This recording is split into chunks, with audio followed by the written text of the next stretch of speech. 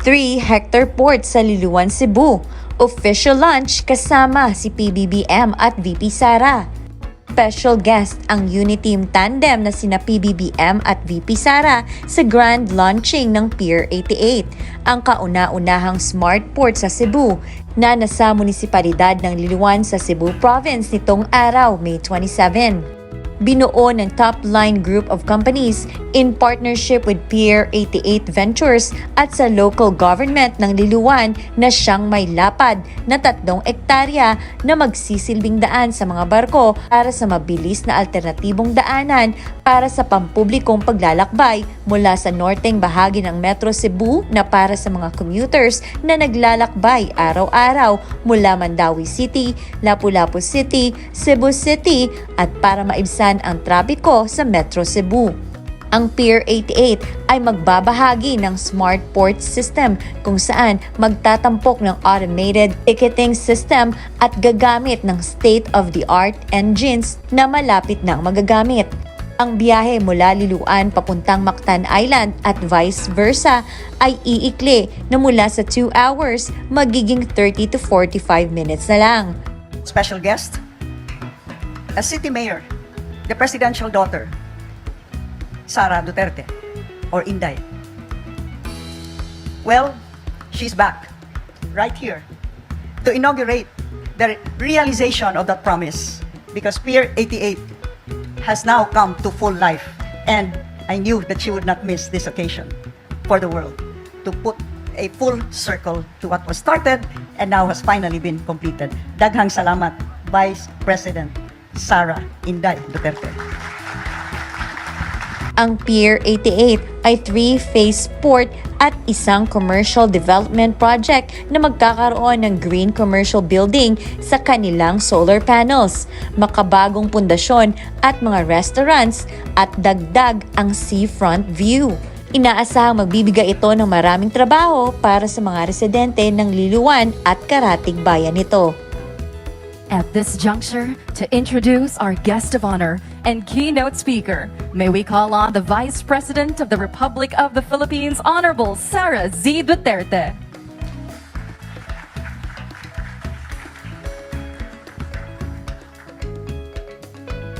Please stand. Ladies and gentlemen, the President of the Republic of the Philippines, His Excellency Ferdinand R. Marcos Jr.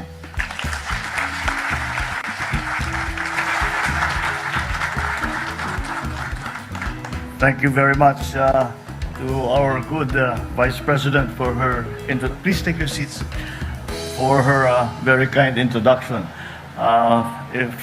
Parang nabalik ako dun sa kampanya, nandun kami dalawa ni Inday Sara nagbubungis-gisan ulit. And the reason I made her laugh is that I told her, dito sa mga gulong nangyayari, I have just officially designated myself as your self-appointed official BFF. So, kahit sorry na lang, sayot mo sa gusto mo, I'm still your #1 fan.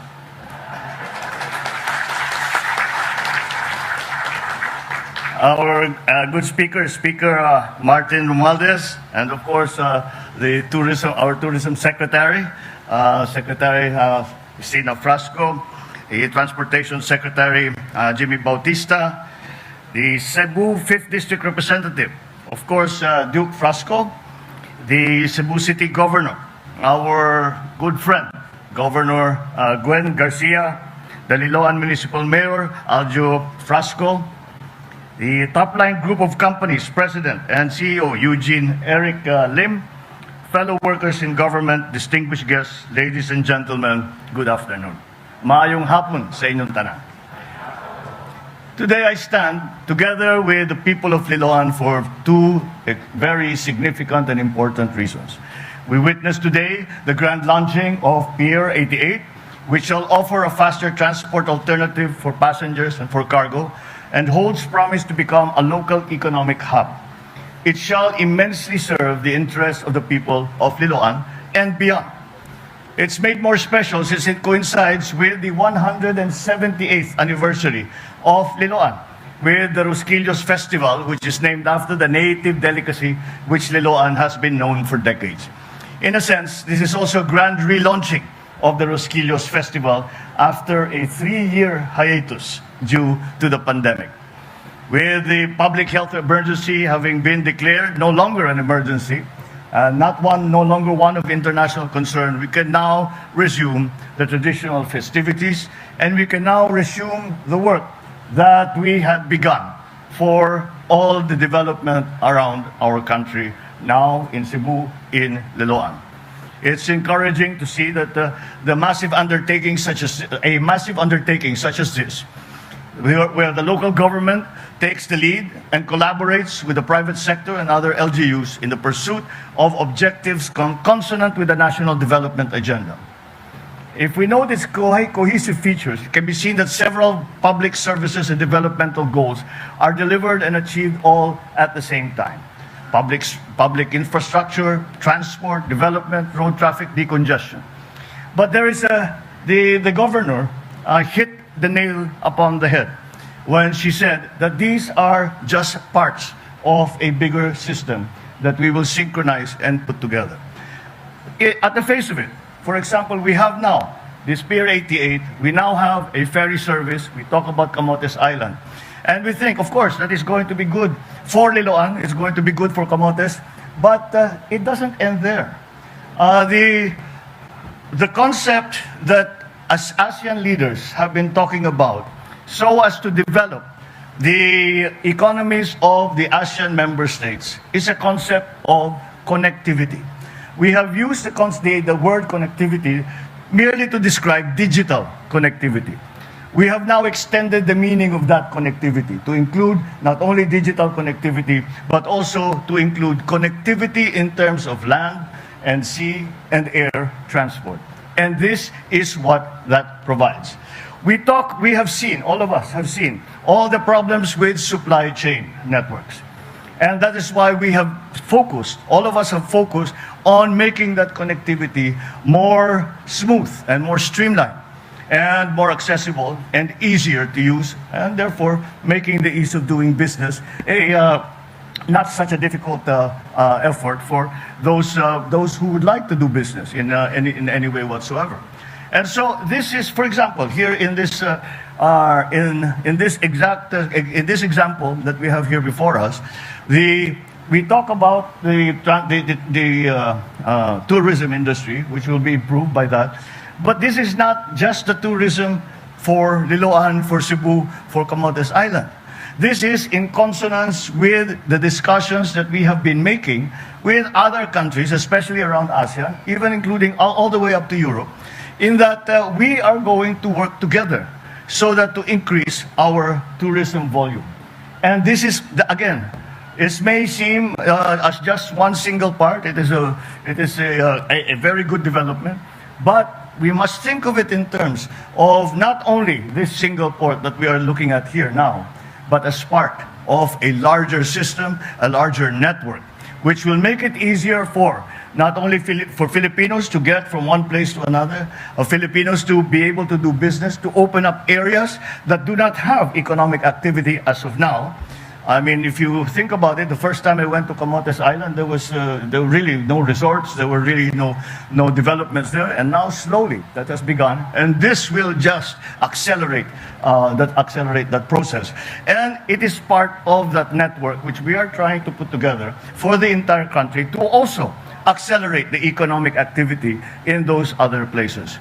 And so this is why today is very important, because today we put in place a very important piece of that puzzle that we are trying to put together, so that our connectivity, not only amongst the islands of the Philippines, but even amongst our international friends and visitors and tourists, is strengthened and made more easy and made more accessible. These are the important aspects that we have to attend to if we are going to transform our economy into the post-pandemic economy. So there is much that we will achieve. There are activities of tourism, job generation, energy efficiency, sustainability. I was in Cebu City 3 months ago for the groundbreaking of the Cebu Bus Rapid Transit System. Transportation na naman, because more connectivity. And that, again, is what we have been pushing for.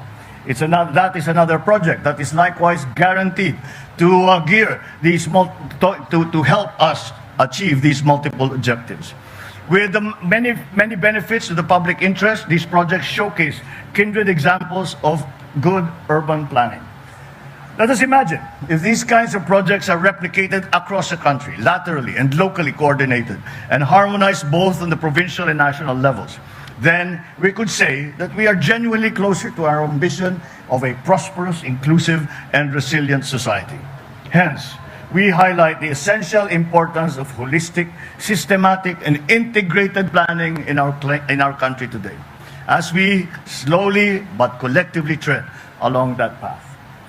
In Japan, this urban planning concept is known as machizukuri. In the literal sense, it means town planning. But in the essence that the concept carries, there is a more weighty and more profound idea behind it, such as the primacy of the national framework, the evolution of local planning powers to local governments, the importance of data, and community participation. Our response to this is what we have come to call the whole of government approach. When we are confronted with challenges, or when we have a program that we would like to achieve, we apply all the resources, all the capacities, all the abilities of the bureaucracy of government, and no matter what department they are, no matter what agency they might be, they are all applied to solve that problem. And that includes the coordination between the national government and the local government. It is the only way, in my view, that I see that we can succeed both at the local level and at the national level. So we laud the efforts, not only of ლიլոան, but of course of Cebu Province, through the coordinative efforts of the Metropolitan Cebu Development and Coordinating Board, in their pursuit of good urban planning and development practices. The vision of Mega Cebu by 2050 is already in place. This is actively being pursued as we speak. As an island province with several cities and municipalities, Cebu stands to greatly benefit from a systematic and integrated planning. Such kind of strategic planning will serve to further solidify its urban development foundation and consolidate its socio-economic strength. It will be a boon not only for Cebu, but for the rest of the country. And again, we have to remark that like in many other forward-looking programs, Cebu once again leads the way. Cebu once again shows the way for the rest of the Philippines. We will be watching the success of all of these coordinated efforts that we are doing with Cebu. And again, we will use those examples around the country. But now allow me to reiterate the urgency of enacting a land use policy for our country, which is a priority legislative agenda of this administration. I have had the opportunity to work on this matter when I chaired the Senate Urban Planning, Housing and Resettlement Committee some years ago. It never materialized for reasons beyond our control. The pandemic is also included in that circumstance. This time, we will see to it that this measure shall be given urgent attention that it deserves, cognizant of its fundamental importance to our holistic national development. Through a physical framework plan, all mandates and policies on land use shall be integrated, from watersheds to farmlands, from cultural heritage sites to ancestral domains, from protected disaster-prone areas. Local governments must ensure that their respective physical and land use plans shall conform to and shall be consistent with the national plan, hence the whole of government approach. Moreover, national and local governments will tap the budding profession of environmental planners for its technical expertise in the crafting of accurate and well-aligned physical and land use plans. I thank the House of Representatives for its timely and significant action in having approved their version of the bill on third reading just a few days ago. It is terribly important. I have been following this from the time that I was governor to the time that I was congressman until the time I was senator, and I continue to do so now as president. And so I exhort the local government of Liwoan, the whole of Cebu, to continue generating these kind of high-impact projects and give us once again examples of best practices. May your examples be a source of inspiration and ideas for others to emulate, to follow, and to succeed with.